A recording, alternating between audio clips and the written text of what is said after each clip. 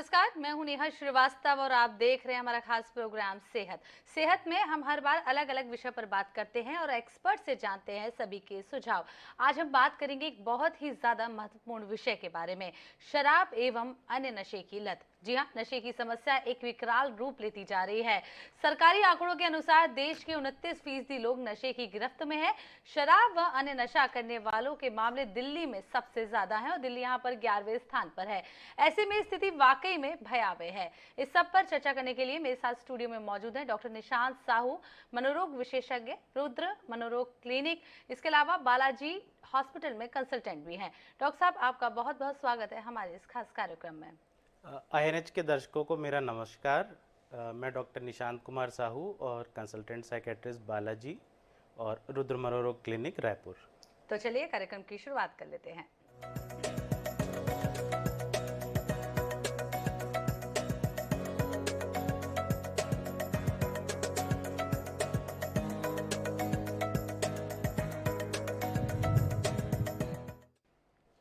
तो चलिए अब डॉक्टर साहब से जान लेते हैं कि शराब एवं अन्य नशे की लत किस तरीके से मानसिक बीमारी का भी कारण बन जाती है और लत एग्जैक्टली होता क्या है? जो अन्य बहुत से तरीके के नशे हैं, जैसे शराब का नशा है, गांजे का नशा है, तंबाकू का नशा है, अफीम का नशा है और कई तरह के पदार्थ होते हैं, मेडिसिन्स है जिसकी लत लग सकती है। ऐसे तो नशा बहुत सारे लोग करते हैं और एक सोशल नॉर्म्स में उसको लेना कई बार उचित भी माना जाता है, पर अगर वो सोशल नॉर्म से हटकर बहुत ज़्यादा हो जाए तो हम उसको एब्यूज़ कहते हैं। और अगर उसका जो उपयोग है वो लत की श्रेणी में आ जाए, लत के कुछ इंडिकेटर होते हैं जो मैं आपको बताना चाहूँगा, जैसे कि टॉलरेंस। जो सामान्य व्यक्ति जिस मात्रा में कोई पदार्थ ले सकता है, अगर उससे वो ज़्यादा लेने लगे, पहले जितना लेने के बाद जो उनको असर होता था, अगर वह ना हो के वो ज़्यादा मात्रा में होने लगे, तो ये टॉलरेंस की निशानी है।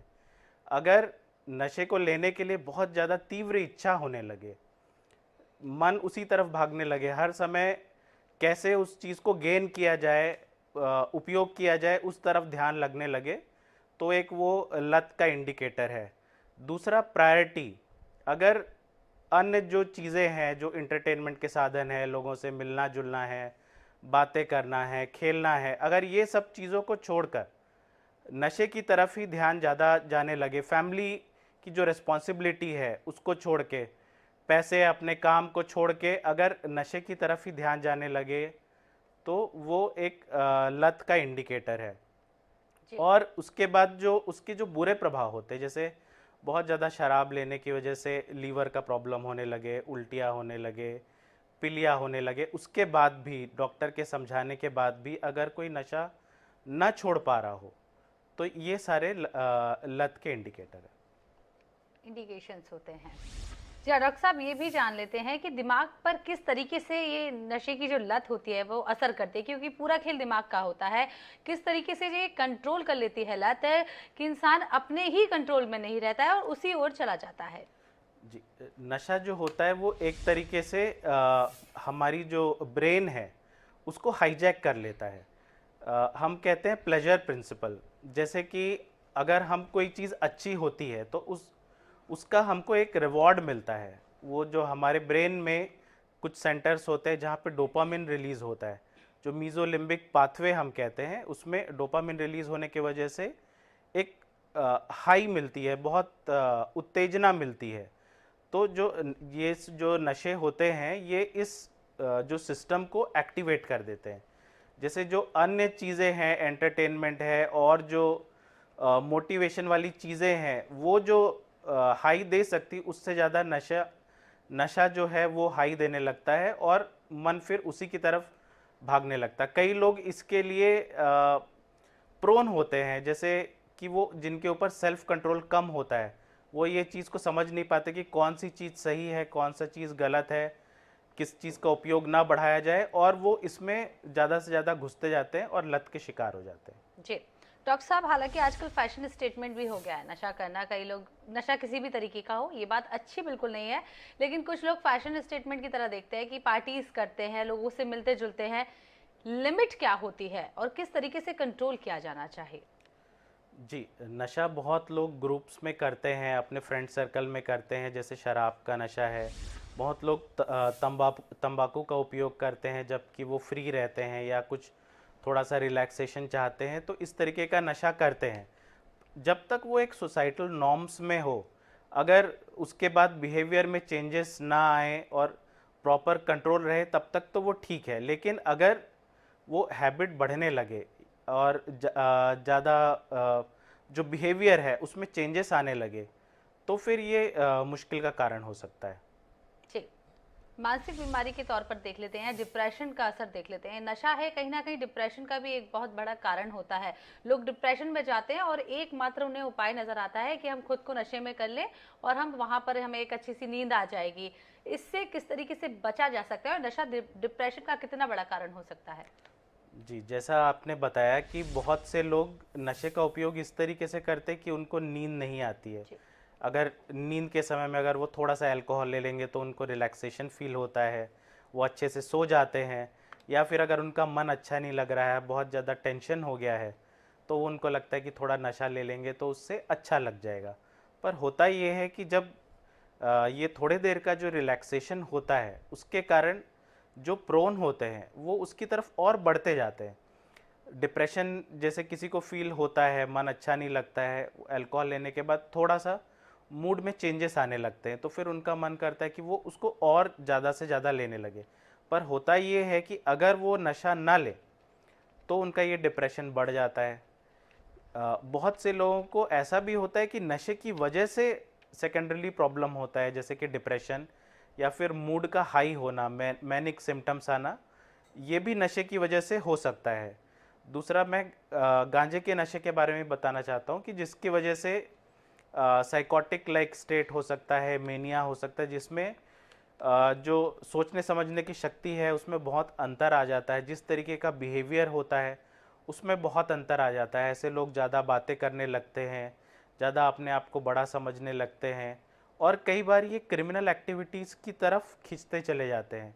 और बहुत बार ये पैसा जुगाड़ करने के लिए ऐसे क्राइम कर बैठते हैं जो सोसाइटी के लिए ठीक नहीं है। इसलिए इन नशों की वजह से होने वाले मानसिक विकारों को कभी भी नज़रअंदाज नहीं किया जा सकता है। जी डॉक्टर साहब, यहाँ पर हमारे पहले कॉलर जुड़ रहे हैं, नरेंद्र कुमार साहू कांकेर से। नरेंद्र जी, बहुत बहुत स्वागत है आपका हमारे खास कार्यक्रम सेहत में। क्या कुछ आप डॉक्टर साहब से पूछना चाहते हैं?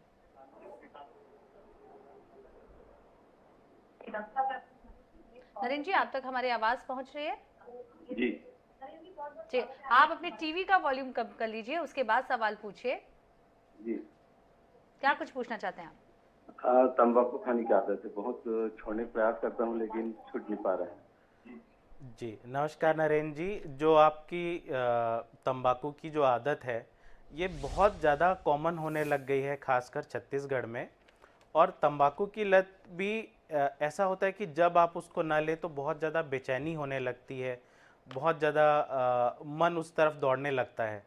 तो इसका नशा छोड़ने का जैसे आपने मन बना लिया है, तो सबसे जो ज़रूरी चीज़ है वो तो यही है कि आप छोड़ने का मन बना रहे हैं।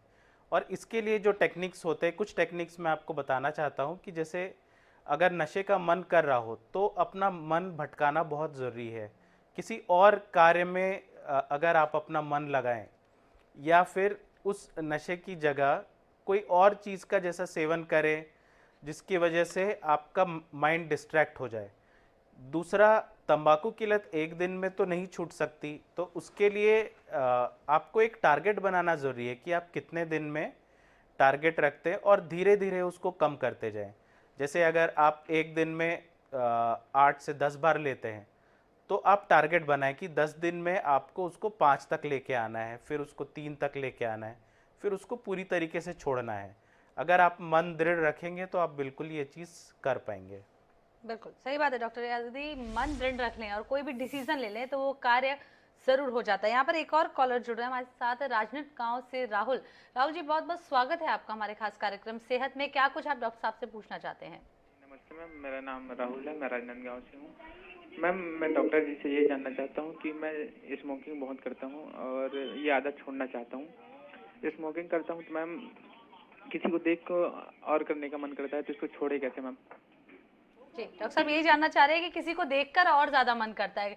कई बार ऐसा होता है कि लोग छोड़ना चाहते हैं, लेकिन जो आस-पास का माहौल होता है, वो उससे आपको दूर नहीं जाने देता है। क्या कुछ कहेंगे? जी, नमस्ते राहुल जी। जैसा आपने बताया कि स्मोकिंग आप छोड़ना चाहते हैं, पर जैसे किसी को देखकर या फिर उस सिचुएशन में जाकर फिर वो स्मोकिंग करने का मन करता है, तो ये भी एक लत की निशानी है। हमारा दिमाग उसी तरफ दौड़ने लगता है। और जो तंबाकू का जो नशा है वो फिजिकल डिपेंडेंस से ज़्यादा साइकोलॉजिकल डिपेंडेंस ज़्यादा होता है, यानी कि मानसिक रूप से ज़्यादा आप उसके लत में रहते हैं। तो जैसा मैंने पहले कॉलर के साथ भी हमने डिस्कस किया था, अगर आप टारगेट बना लें, अपना दृढ़ संकल्प रखें कि टारगेट रख के धीरे धीरे आपको उससे दूर होना है, आपके नशे को कम करना है, और अगर आपको छोड़ने की वजह से बहुत ज़्यादा बेचैनी होती है, तो बिल्कुल आप उचित सलाह लें। और मनोचिकित्सक, ऐसी दवाइयाँ होती है जो आपके जो विड्रॉल वाले जो फीचर्स होते हैं या इच्छा बेचैनी जो बहुत ज़्यादा करती है, उसको कुछ हद तक कंट्रोल कर लेती है और आपको नशा छोड़ने में आसानी हो जाती है। जी, डॉक्टर साहब कारण क्या कुछ हो सकते हैं नशे की लत में पड़ने के? क्योंकि कई बार लोग किसी को देखकर लत में पड़ जाते हैं। मुख्य कारण क्या होते हैं? जी, नशा बहुत लोग पीयर प्रेशर में चालू करते हैं, बहुत बार कॉलेजेस में, ऑफिस में, पार्टीज़ में।